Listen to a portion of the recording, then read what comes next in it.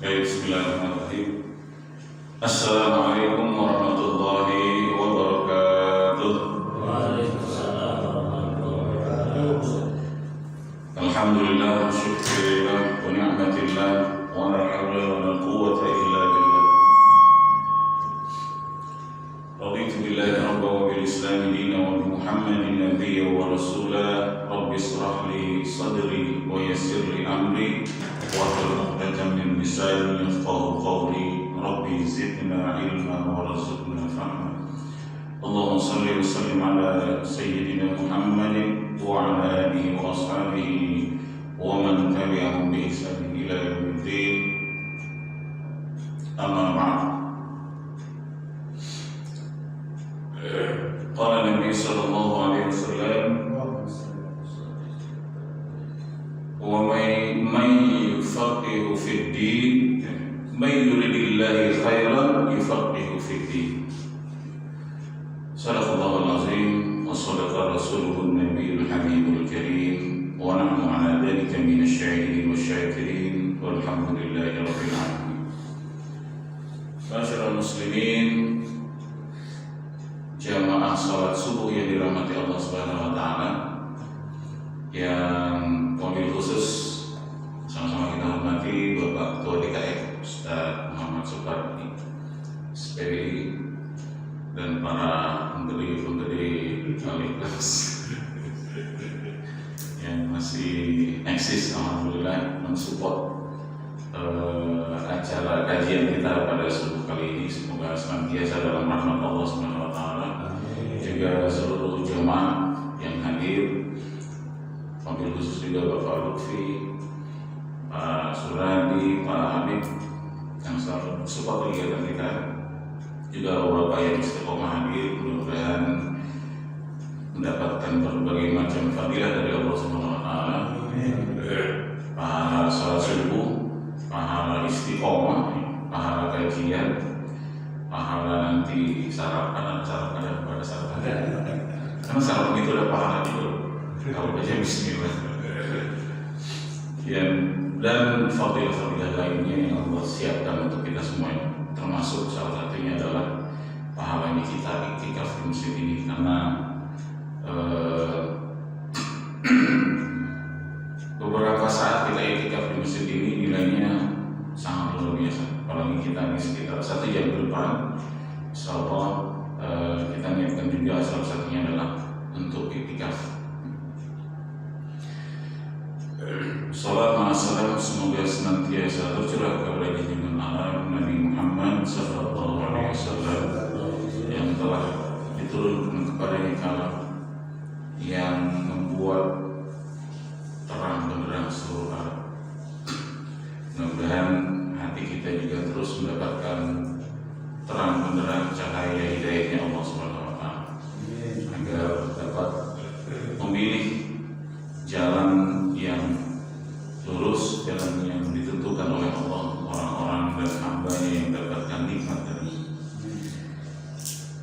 Baik Bapak yang dirahmati Allah, sebelum kita mulai kajian ini, mari seperti biasa kita awali dengan membaca Ummul Quran surat Al-Fatihah untuk mendapatkan barokah dari surat ini.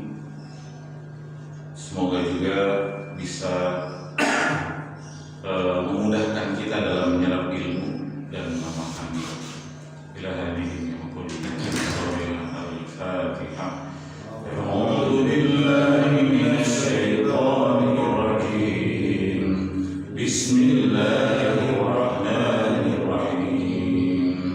Alhamdulillahi rabbil alamin. Ar-Rahmanir Rahim. Maliki yaumiddin. Iyyaka na'budu wa iyyaka nasta'in.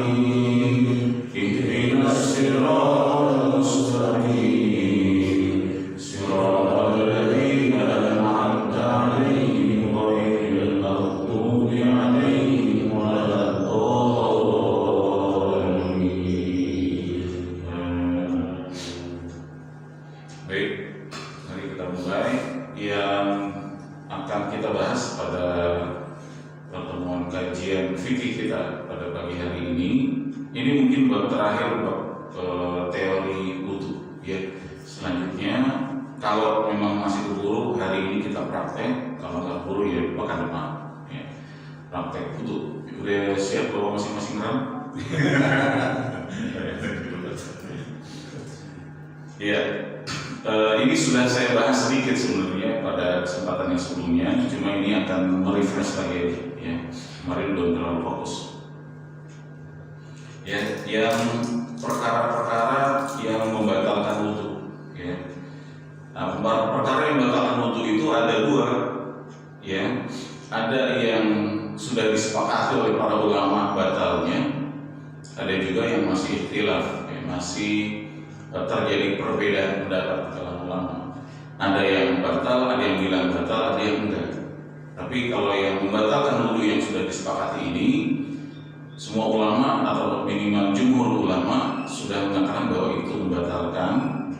Namun perbedaan juga tetap terjadi pada teknis amalnya ya. Kita mengetahui lebih jauh bagaimana itu. Yang pertama ya, kalau batal wudu itu berarti wudunya sudah dianggap hilang, hangus ya, melakukan wudu lagi ya. Pertama, keluarnya sesuatu dari kemaluan, baik depan atau belakang, atau dari mana lagi Pak? Dari enggak? Depan belakang doang kan? Samping enggak ada ya? Kalau ada samping, samping juga ya. Yang penting namanya kemaluan.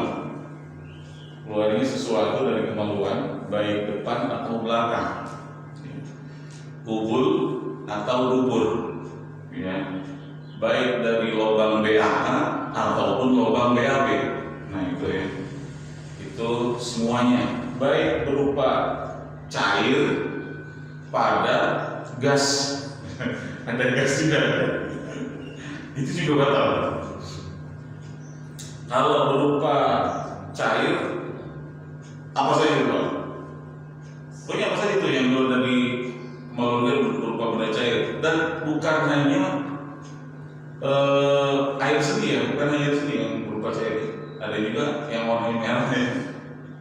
Yang warnanya merah ada. Atau mungkin ada hal-hal yang lain yang keluar dari situ yang berupa cair. Mohon maaf, spirit misalnya gitu. Itu juga cair juga tuh, walaupun ada yang padat juga. Ya, atau mungkin yang padat. Padat itu selain buang hajat besar kita, ya BAB, bisa juga yang lain. Misalkan mungkin kalau sekarang nggak ya, dulu ya, keluar cacing gitu. Cacing padat tuh, ya keluar cacing punya dari situ keluarnya batal. Atau mungkin keluar gunduk, jangan ngeluarin gunduk. Anak kecil ngeluarin gunduk, keluar dari situ batal. Walaupun yang keluar itu bukan benda yang asing, tapi asal keluar dari dua, pokoknya intinya keluar dari dua tempat kemaluan itu, maka batal. Atau gas, ya, gas itu ya kita tahu sendiri ya, itu bertahap betul nggak? Memang ada bertahap dari bawah, bertahap dari atas semua, ini nggak batal. Oke, ya ini yang batal wudu yang pertama. Yang kedua adalah tidur. Ya. Jadi yang pertama itu juga sudah disepakati seluruh ulama bahwa ini membatalkan, perkara yang membatalkan. Kemudian tidur, dua, tidur adalah tidur dengan posisi berbaring atau bersandar. Ya, nah ini kesepakatan yang sudah terjadi di kalangan ulama secara jumhurnya. Ya, nanti di belakangnya ada perbedaan pendapat lagi, tapi intinya pokoknya dua ini, tidur itu adalah sesuatu yang membatalkan. Dengan posisi berbaring atau bersandar. Ya.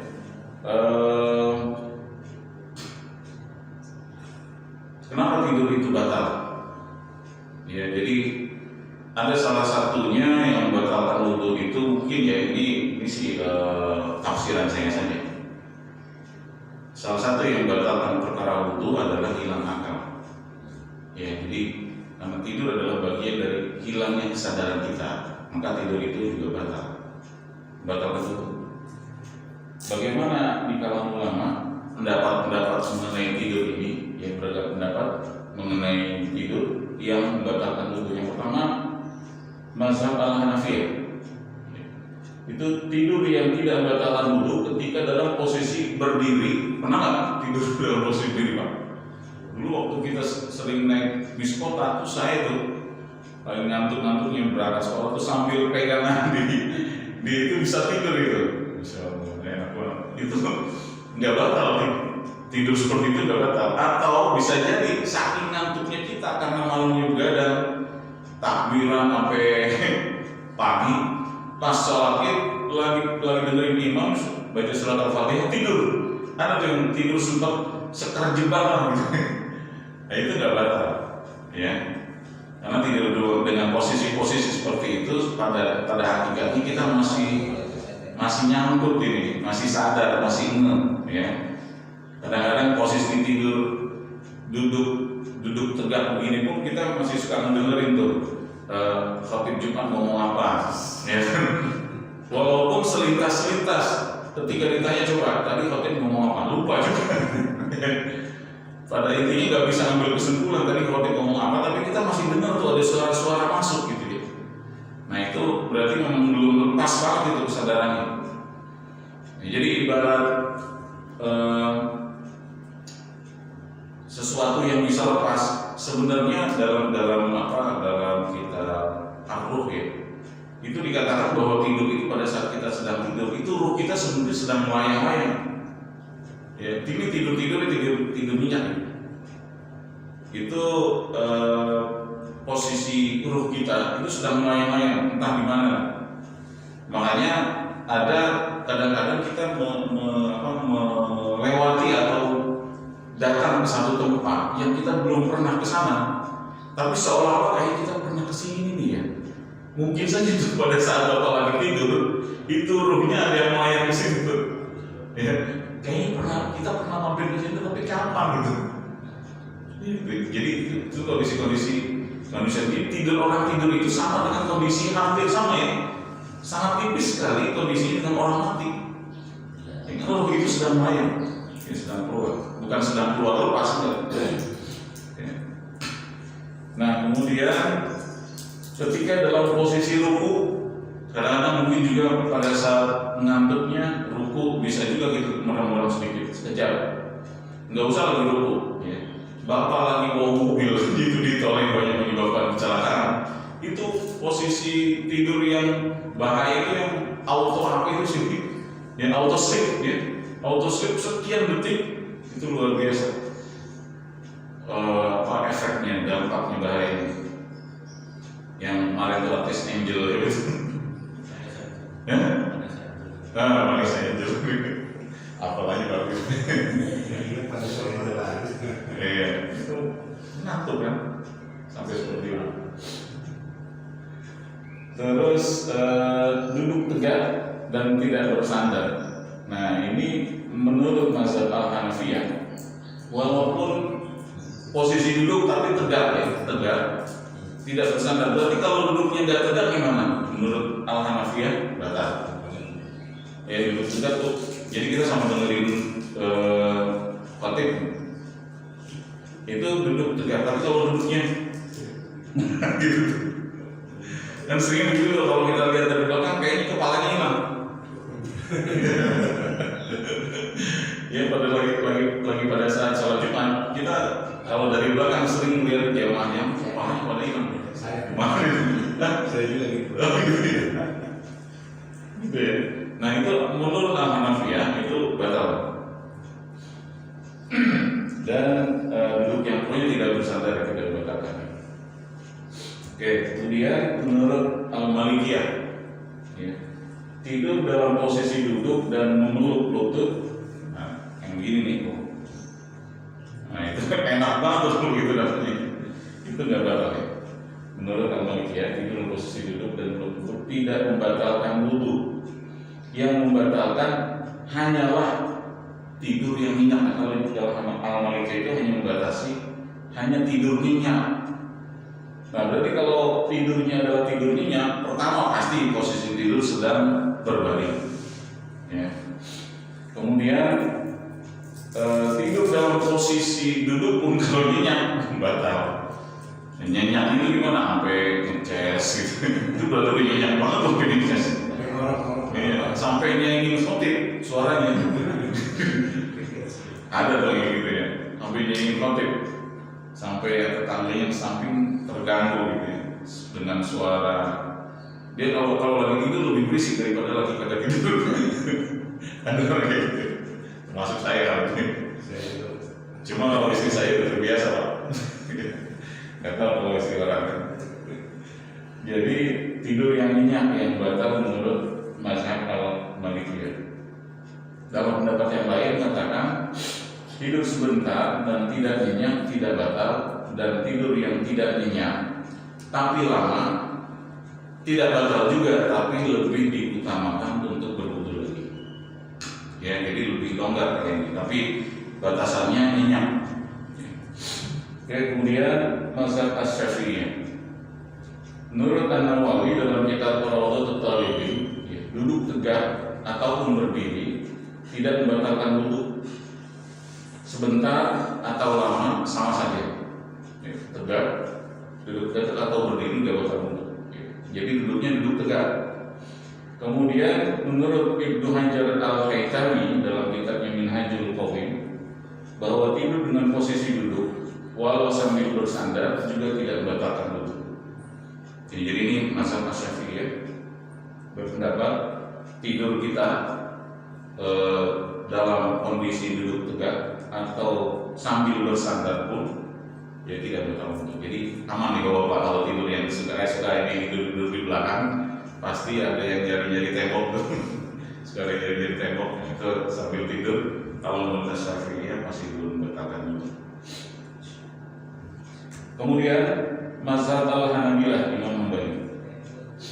Menurut Ibnu Qudamah dalam kitabnya Al-Mughni, di antara yang batal wudu adalah hilang akal, kecuali tidur. Ya, jadi tidur itu termasuk bagian dari hilang akal. Namun kecuali tidur itu menurut Al-Hanabilah tidak membatalkan wudu kecuali tidur sebentar saja. Ya, jadi tidur sebentar aja nggak batal wudu dalam posisi duduk maupun berdiri, dan tidak dibatasi duduknya mau kayak gimana juga. Ya, jadi semua kondisi tersebut batasannya secara jumhur itu pendapat yang paling kuat, yang paling banyak kalau ulama tidur dengan posisi berbaring dan bersandar ini batal. Jadi kita ambil yang aman aja, ya. Kalau bisa belajar nggak tidur, emang berat. Apalagi sebelum Jumatan kita makan siang dulu. Waduh, lebih berat. Ya, makanya kalau bisa sebelum Jumatan hindari kondisi perut penuh, karena kondisi perut penuh itu sangat-sangat rawan sekali. Apalagi jam ini jam rawan nih, jam rawan. Kalau udah jam rawan, kita menciptakan kondisi tubuh kita juga rawan untuk tidur. Ya, dan ditambah lagi kondisi kita kerja capek, ya dari pagi siang berangkat untuk Jumatan, itu sangat bertambah-tambah rawannya untuk tidur. Jadi kalau kita bisa lawan, dan itu memang tidak mudah, namun perlu pembiasaan. Ya, makanya saya pernah bilang, saya juga termasuk orang yang nggak pernah tidur kalau jadi khotib. Repot kalau jadi khotib juga tidur ya kan. Tapi kalau jadi makmum, kadang-kadang saya suka tiduran. Tapi akhirnya saya siasati juga. Saya siasatinya apa? Datang lebih awal, zikir, sambil zikir kadang-kadang suka tiduran. Nah, tidur itu yang sebelum azan, sebelum azan, atau bahkan sampai dengan azan, pokoknya sebelum khatib naik mimbar, itu perkara-perkara yang akhirnya bisa menjadikan mata kita lebih segar ketika khatib sudah naik mimbar. Jadi tidur di awal disiasati. Pada saat datang salat sunnah tahiyatul masjid, kita zikir sebentar. Kadang-kadang malam ngantuknya suka bablas, ya, tidur sampai posisi yang aman kalau bisa. Nah setelah itu pas kita bangun aja, itu insya Allah sudah seger. Tapi memang kalau bisa juga sih, ya jangan sama sekali tidur. Ya itu butuh latihan. Ya sekali lagi, semua ibadah itu ada latihan. Oke, kemudian masih membatalkan wudu. Ya. Nah baru yang ketiga, hilang akal dalam arti yang sebenarnya. Dia baik karena mabuk atau sakit. Ya, jadi mabuk itu ada kadarnya, ya. Tapi seminim-minimalnya kadar mabuk, maka itu pun sudah dikatakan membatalkan wudu. Ya karena mengkonsumsi hal yang haram. Kalau mabuknya karena khamr, ya, minuman keras, miras, minuman beralkohol, minuman keras, pingsan itu juga hilang akal. Jadi kalau seseorang pingsan maka dia bangun sudah tidak punya wudu. Ya, jadi harus wudu lagi. Lalu kesurupan juga sama. Ya, kalau bapak-bapak pernah ketemu sama orang kesurupan, kalau saya sih sering tuh ketemu orang kesurupan pas lagi di ruqyah bereaksi, itu kesurupan sebenarnya. Ya, bereaksi kesurupan karena jin yang ada dalam tubuh itu dia berontak, ya, berontak nggak mau dikeluarin, jadinya kesurupan. Dia mengendalikan. Jadi kalau orang kesurupan itu kalau diperiksa secara medis, dicek itu gelombang otaknya ada yang bermasalah. Karena biasanya orang kesurupan, si jin itu dia bermain di area sekitar otak, menguasai otak dan pikiran seseorang, sehingga alam sadarnya itu dikuasai oleh dia. Baik apa yang dia ucapkan, dia lakukan, pada saat sudah sadar dia nggak tahu. Tadi saya ngomong apa ya? Tadi saya ngapain nih? Ya, nah orang kesurupan itu kayak gitu. Tapi ada juga yang setengah sadar, dia tahu pada saat kesurupan dia ngelakuin apa, tapi dia nggak bisa berontak karena sudah dikuasai itu gelombang otak.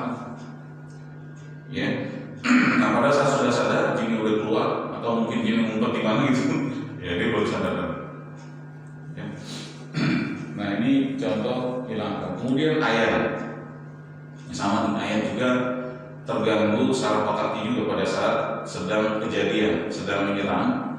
Maka kondisi ayan itu juga adalah kondisi saat-saat hilang akal dan menyebabkan batal. Ya pada saat kita atau ada seorang yang kena gangguan ini, ya kita kalau bisa, ini juga bisa diterapkan dengan ruqyah juga ya.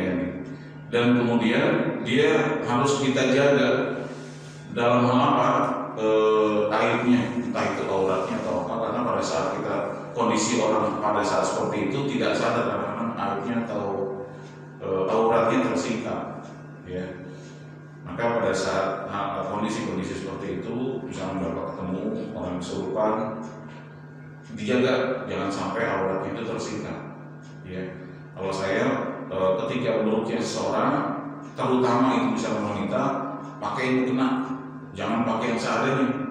Karena pada saat sedang bereaksi atau kemudian dia kesurupan, itu lebih terjaga, ya, bisa lebih dijagain, mudah untuk menjaga auratnya dibanding dengan yang sekitar.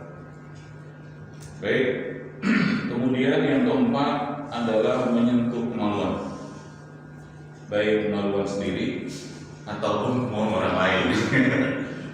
Suka menyentuh kemaluan orang lain? Maksudnya anak bapak ya pada saat bapak lagi mandi. Pikiran macam-macam sih, masih pagi ya. Jadi menyentuh kemaluan orang lain, mandiin anak, baik. Jadi di sini nggak cuma punya kita, ya punya orang lain, baik dia dewasa ataupun anak-anak, itu batal. Ya. Nah, ada lagi pendapat yang lain juga, baik itu hidup, ya, ataupun sudah wafat, tersentuh kemaluannya juga membatalkan wudu kita. Yang batal siapa? yang menyentuh juga yang disentuh. Nah ini juga ada perbedaan pendapat juga nih, ya, baik yang menyentuh maupun yang disentuh. Ya.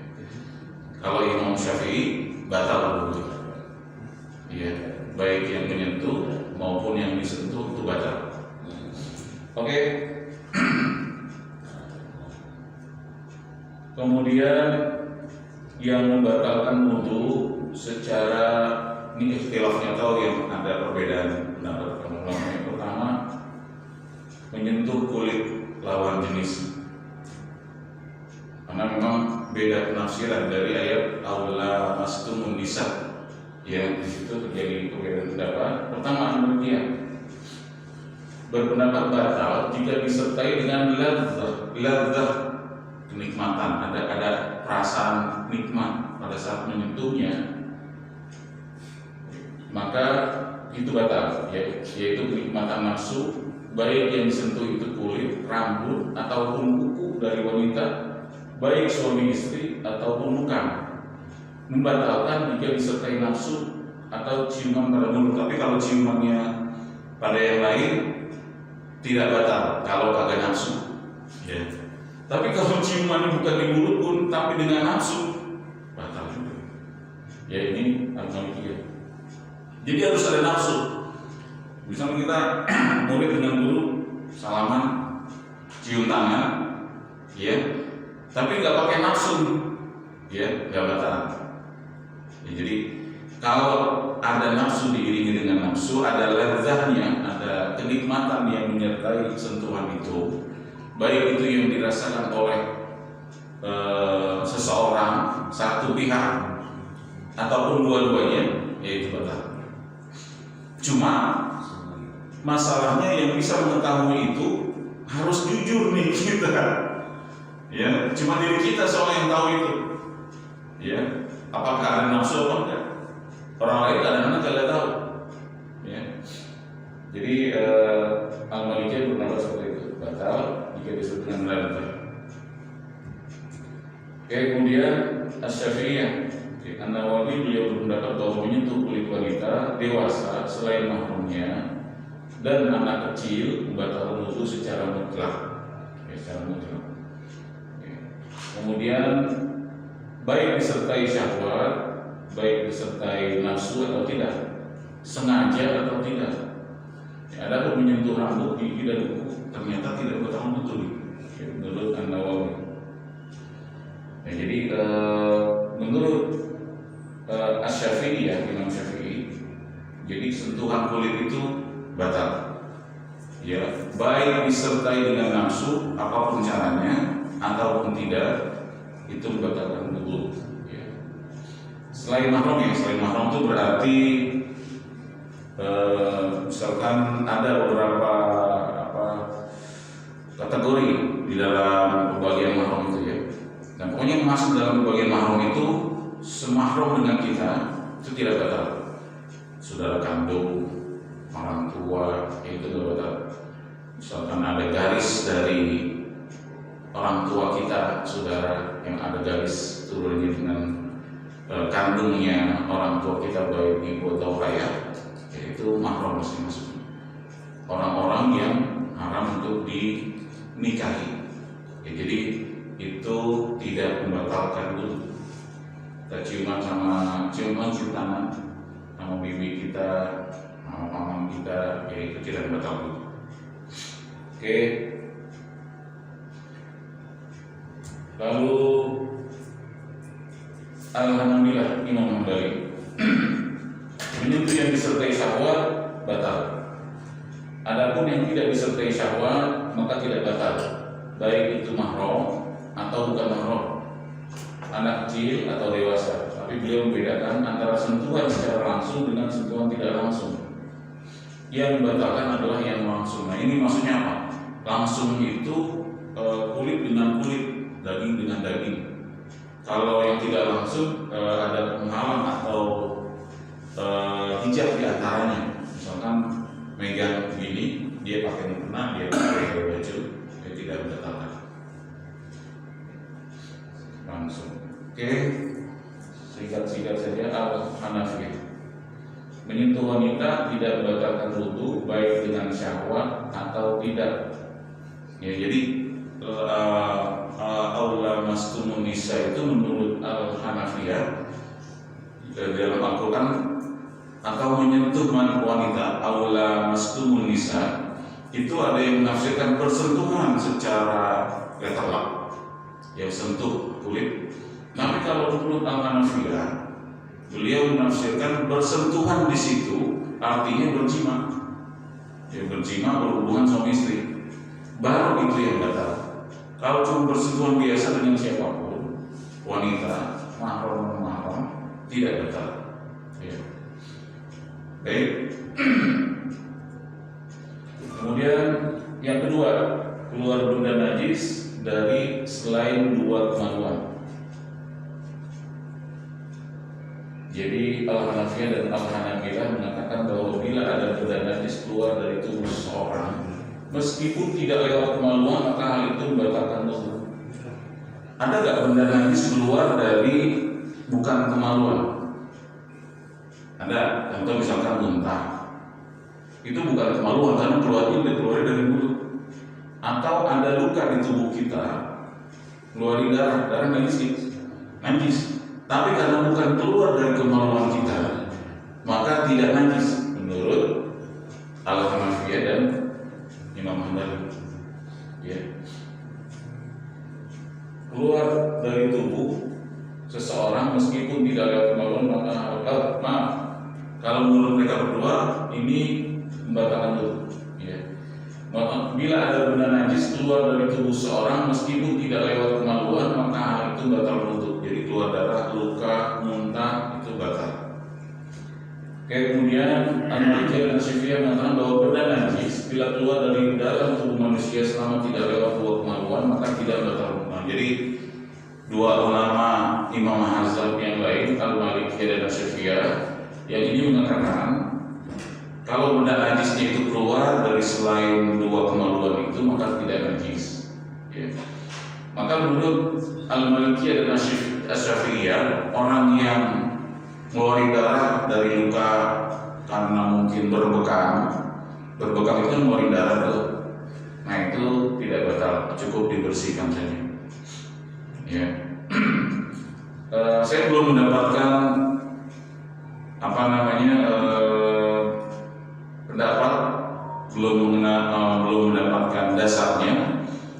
Wallahu a'lam dengan keterbatasan yang saya miliki, kalau najis itu keluar dalam jumlah yang banyak, ya bisa jadi ini batal wudu, misalnya darah yang berceceran atau bercucuran, ya itu kalau yang bekam itu kan darah yang keluar itu sedikit, gigit nyamuk juga sedikit. Kalau sini, ya.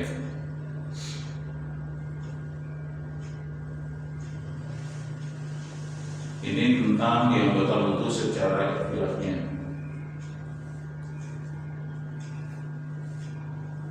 Kemudian perkara yang lain adalah makan daging onta.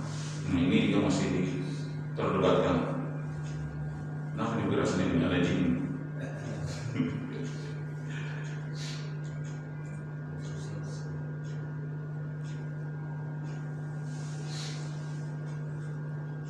Berarti ini laptopnya harus dirukyah ini.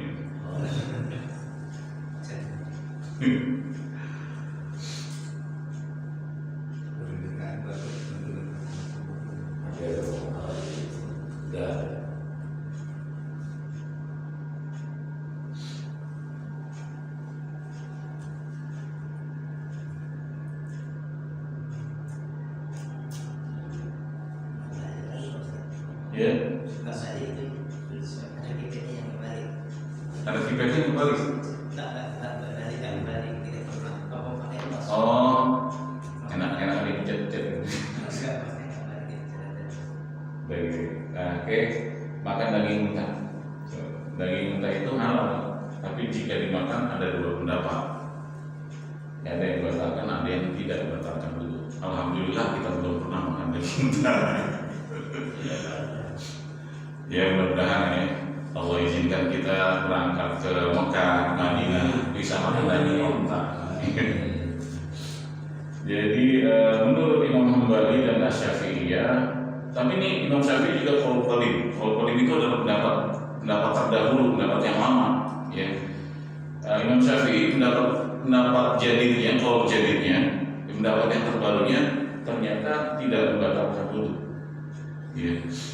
Jadi di Imam Syafi'i itu ada qaul qadim, ada qaul jadid, ya. Ada pendapat yang terdahulu, tapi dikoreksi kemudian sama Imam Syafi'i, itu disebut dengan qaul jadid. Ya. Nah ini menurut Al-Hambali, Imam Hambali dan Asy-Syafi'iyah, qaul qadimnya itu membatalkan wudu. Ya. Kemudian yang tidak batal wudu itu mayoritas sahabat Nabi Shallallahu Alaihi Wasallam berpandangan bahwa pada awalnya dahulu memang Rasulullah mengatakan makan daging onta batal wudu awalnya. Namun para sahabat yang utama mengatakan bahwa hadis tersebut ternyata pada akhir-akhir kehidupan Nabi telah dinasah atau dihapuskan hukumnya. Ya, jadinya walhasil makan daging onta tidak lagi membatalkan wudu. Pendapat ini dianut oleh Hanafiyah, Al-Malikiyah, Asy-Syafi'iyah. Asy-Syafi'iyah ini kalau jadinya tidak membatalkan wudu makan daging onta. Ya, dan ini juga adalah merupakan pandangan atau pendapat dari sahabat-sahabat utama, 4 khalifah Rasulullah. Setelah Rasulullah mulai dari Abu Bakar Siddiq, Umar bin Khattab, Utsman bin Affan, dan Ali bin Abi Thalib itu berpendapat makan daging onta tidak mengapa, tidak membatalkan wudu. Ya. Jadi ini yang lebih kuat. Kemudian makan makanan yang tersentuh api yang dibakar api. Nah ini juga perbedaan pendapat. Sate, barbecue, ya. Nah, ini ada 3 pendapat. Ada yang membatalkan. Ibnu Qudamah ini dari kalangan Imam Hambali.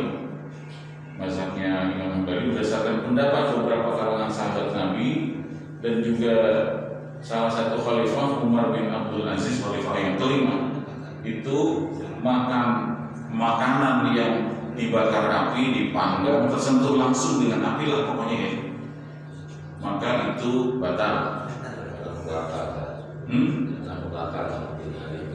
Kebakar, tangan kita yang kebakar. Kemudian tidak membatalkan pendapat yang kedua, pendapat mayoritas ulama mazhab berdasarkan pendapat mayoritas para sahabat utama dan mayoritas kalangan tabi'in. Nah ini tidak batal. Jadi makan yang habis kena api, makanan yang kena api langsung atau dibakar tidak batal. Ini mayoritas kalangan ulama dan tabi'in, sahabat. Nah ini pendapat pertengahan, ya. Tidak batal, tapi disunahkan wudu lagi. Ya, ini pendapat pertengahannya. Nah, kemudian perkara yang lain adalah memandikan mayat. Jumhur ulama mengatakan tidak batal wudu, mandi mayat tidak batal. Namun menurut mazhab Al-Hanabilah batal wudu. Al-Hanafiyah tidak batalkan wudu, namun disunahkan berwudu lagi. Masih apa Ustaz? Terima kasih Waalaikumsalam. Ya. Yang tidak membatalkan wudu itu maksudnya adalah ketika yang memandikan itu tidak menyentuh kemaluannya, ya. Jadi kalau cuma sekedar gosok-gosok bagian tubuhnya saja di luar kemaluan, maka tidak batal. Tapi bagi pendapat yang lain, Al-Hanafiyah, ini disunahkan berwudu lagi. Ya. Kalau bisa disunahkan berwudu lagi. Sementara Imam Hambali mengatakan tetap batal apapun yang disentuhnya. Nah ini ragu sudah wudu atau belum, batal nggak sih? Gitu. Ini ragunya macam-macam nih. Ya. Kalau jumhur ulama berapa tidak batal wudu, sedangkan menurut Al-Malikiyah batal. Imam Malik ragu dalam hal, ya ragunya yang pertama ragu dalam hal sudah wudu atau belum ya, gitu. Sudah wudu atau belum itu ragu tuh. Tapi udah wudu belum sih? Ragu sudah batal atau belum? Ragu mana yang lebih dulu, wudu atau batalnya? Jadi ragu itu ada 3 ya. Sudah ragunya sudah wudu atau belum? Ragunya sudah batal atau belum? Ini sudah wudu, tapi dia ragu ini udah batal atau belum? itu ragu lagi. Itu setan itu suka bikin kita ragu tuh, syaknya. Ya waswisu fi sudurin nas itu salah satunya ini. Kemudian ada juga yang ragunya itu dia yakin sudah wudu dan dia yakin juga sudah batal. Tapi mana yang lebih dulu, wudunya atau batalnya? Kan kalau yang lebih dulu batalnya, kemudian dia berwudu berarti sudah dalam kondisi wudu. Tapi kalau yang lebih dulunya itu adalah wudunya, lebih dulu wudunya, kemudian baru dia yakin setelah itu ada batal kemudian, maka itu batal. Nah dia ragu mana tuh yang lebih dulu. Ya, ini jadi problemnya ada 3. Nah jadi secara jumhur sih kalau ragu saja itu tidak batal wudu. Tapi ada hadis ya, dhamma yuribuka ila ma la yuribuk. Ya, tinggalkan yang ragu kepada yang tidak meragukan. Ya, jadi misalkan kita lebih yakin mana nih yang lebih yakin yang kita yang lebih yakin itu yang kita ambil. Ya. Mana yang lebih yakin itu yang kita ambil. Kalau yang kita lebih yakin itu adalah batalnya, jadi batal. Tapi yang kita lebih yakin adalah wudunya, ya, jadi tidak batal wudu. Tapi secara umum, ya, secara umum ragu itu tidak batal wudu. Cuma memang kalau kita jadi bingung, air banyak, keran juga banyak, wudu. Daripada nanti sholatnya juga jadi ragu juga, gitu. Dah, nih, alas selesai.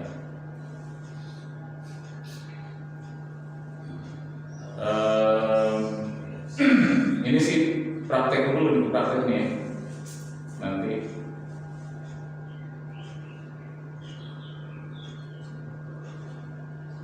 ada lagi sebenarnya, tapi sebentar.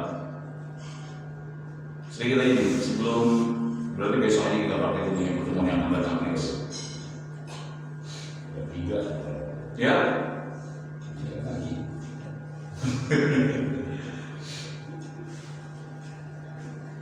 Nah ini Pak, ini mengenai keutamaan wudu ini biar kita semangat untuk wudu. Tapi ini kayaknya sih udah juga kemarin. Pertama, Rasulullah SAW bersabda, maukah kalian akan tunjukkan ada sesuatu yang dengannya Allah menghapus kesalahan-kesalahan dan mengangkat derajat? Mereka menjawab, tentu ya Rasulullah. Beliau bersabda, sempurnakan wudu pada keadaan yang dibenci. Maksudnya pada saat kita lagi malas wudu, kondisi lagi dingin, kondisi lagi malas, ini kita lagi benci wudu. Banyak berjalan ke masjid dan menunggu sholat berikutnya dengan setelah sholat, maka itulah ibadah, ya, latihan. Nanti riwayat Muslim. Kemudian keutamaan wudu diampuni dosa-dosanya. Saya lihat Rasulullah SAW berwudu seperti wuduku ini. Kemudian beliau selalu bersabda, barang siapa yang berwudu demikian maka diampunkan untuknya dosa-dosa yang telah lalu, dan sholatnya serta jalan di masjid adalah sunnah hukumnya. Kemudian kesalahannya keluar bersama air. Apabila seorang hamba yang muslim mukmin berwudu lalu ia membasuh muka, maka keluarlah dari mukanya itu semua kesalahan yang disebabkan oleh wajahnya itu. Matanya yang melihat maksiat, ya, itu jatuh bersama jatuhnya air wudu kita dari muka, ya. Kemudian beserta tetesan yang terakhir. Jikalau ia membasuh kedua tangannya, maka keluarlah dari kedua tangannya itu semua kesalahan yang dilakukan oleh kedua tangannya, beserta air atau beserta tetesan air yang terakhir. Jadi makanya itu kalau berwudu itu sunnahnya jangan dilap, ya, karena tetesan air itu membawa serta dosa-dosa kita yang ada di tangan, yang ada di muka, itu ikut jatuh bersama tetesan wudu itu. Bersama dengan itu juga tetesan wudu itu nanti di akhirat akan menjadi saksi bagi kita bahwa ini tetesan ini nanti akan bersaksi, ya, bahwa kita berwudu ingin memenuhi panggilan Allah, kewajiban kita. Apabila ia basuh kedua kakinya, maka keluarlah semua kesalahan yang dijalankan oleh kedua kakinya beserta air, serta tetesan air yang terakhir, sehingga akhirnya keluarlah ia dalam keadaan suci dari semua dosa. jadi sebenarnya kita 5 kali minimal berwudu, maka bagaimana tidak bersih ya seorang mukmin, seorang muslim yang senantiasa sholat itu dari wudunya saja sudah bisa mengeluarkan dosa-dosanya, apalagi ditambah lagi dengan sholatnya, tambah lagi dengan istighfarnya, tambah lagi dengan sholawatnya, tambah lagi dengan amal-amal sholat yang lain ya, jadi rahmat Allah itu sangat luas. Walaupun kita berbuat dosa yang sangat banyak, namun Allah siapkan juga perangkat-perangkatnya untuk mengampuni dosa-dosanya itu. Tapi ingat, dosa-dosa yang bisa dihapuskan dengan wudu dan amal-amal saleh kita itu biasanya dosa-dosa yang kecil ya. Tapi kalau dosa-dosa besar itu taubatan nasuha ya, harus benar-benar taubat. Baik, kemudian yang keempat, wajahnya bercahaya pada hari kiamat. Abu Hurairah radhiyallahu anhu berkata, saya mendengar Rasulullah SAW bersabda, sesungguhnya umatku itu akan dipanggil pada hari kiamat dalam keadaan bercahaya wajahnya dan amat putih bersih tubuhnya dari sebab bekas-bekas wudhu. Maka dari itu barang siapa yang dapat di antara engkau semua hendak memanjangkan cahayanya, maka baiklah ia melakukannya. Jadi memanjangkan cahaya lebih dikit, wudhu tangan sampai siku lebih dikit sampai sini, dipanjangkan cahaya karena bekas wudhu itu akan menjadi cahaya nanti di hari kiamat. Ya, pada saat kita wudhu di kaki jangan cuma sampai batas mata kaki toh, lebihin cahaya dikit karena nanti akan menjadi salah satu ciri umat Rasulullah yang akan dikenali oleh Rasulullah di hari kiamat adalah dari bekas-bekas wudhu umatnya. Karena Rasulullah tidak pernah melihat kita, tapi bisa mengenali kita di hari kiamat itu dari bekas-bekas wudhu. Jadi berbahagialah kita orang muslim mukmin yang beriman kepada hari akhir, yang berwudu dengan wudu itu menjadi ciri utama dari umatnya Rasulullah. Oke, ini yang terakhir masih ada. Suka bergerak sendiri.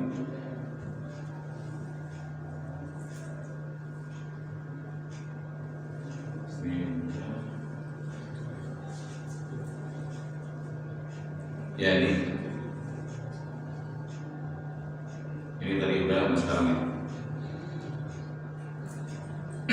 Diizinkan masuk surga lewat pintu mana saja. Ya, jadi tiada seorang pun dari engkau semua yang berwudu lalu dia menyampaikan yakni menyempurnakan wudunya, kemudian mengucapkan asyhadu an la ilaha illallah wahdahu la syarikalah wa asyhadu anna muhammadan abduhu wa rasuluh, melainkan dibukakanlah untuknya pintu surga yang ada 8 buah banyaknya. Ia diperbolehkan masuk dari pintu manapun juga yang dikehendaki olehnya. Insyaallah ya semuanya. Jadi kalau kita berwudu, habis wudu kita baca doa habis wudu, asyhadu an la ilaha illallah wahdahu la syarikalah wa asyhadu anna muhammadan abduhu wa rasuluh. Ya, ada tambahan lagi misalnya Allahumma ja'alni minat tawabin wa ja'alni minal mutahhirin. Ada tambahan lagi seperti subhanakallahumma wa bihamdika asyhadu an la ilaha illa anta astaghfiruka wa atubu. Itu ada yang tambahin seperti itu ya. Nah, minimal ini nih sampai abduhu wa rasuluh, maka disediakan oleh Allah baginya boleh masuk pintu surga dari pintu yang mana, masya Allah ya. Jadi luar biasa sekali Allah memberikan keutamaan bagi orang-orang yang berwudu. Kemudian tidurnya dijaga malaikat.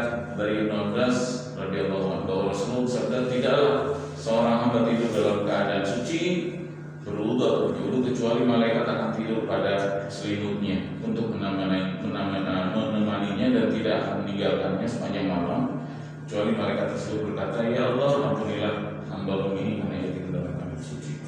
Insyaallah. Jadi tidur dalam kondisi berwudu kita ditemani malaikat ya. Jadi kagak usah takut-takut lagi ya. Ditemenin malaikat. Udah gak ada yang bisa ngalahin ya kalau malaikat yang nemenin ya. Dan ini juga nih yang saya praktekkan dalam pasien-pasien ruqyah. Kalau dia di ruqyah misalnya dia bereaksi nih pada saat di ruqyah, pas saat tidur saya selalu sarankan Bapak kalau sebelum tidur berwudu ya. Karena ada kemungkinan jin yang sudah dikeluarkan tadi dia akan bisa minta balik lagi, masuk lagi ke dalam tubuh kita karena memang udah nyaman jadi rumahnya di dalam tubuh kita. sebelum tidur berwudu dulu. Tujuannya seperti ini, karena akan ada penjaga dari malaikat yang akan menemani kita sepanjang tidur kita. Bukan hanya menjaga, tapi malaikat itu mendoakan kita, minta ampun kepada Allah terhadap dosa-dosa kita. Ya. Keutamaan wudu subhanallah.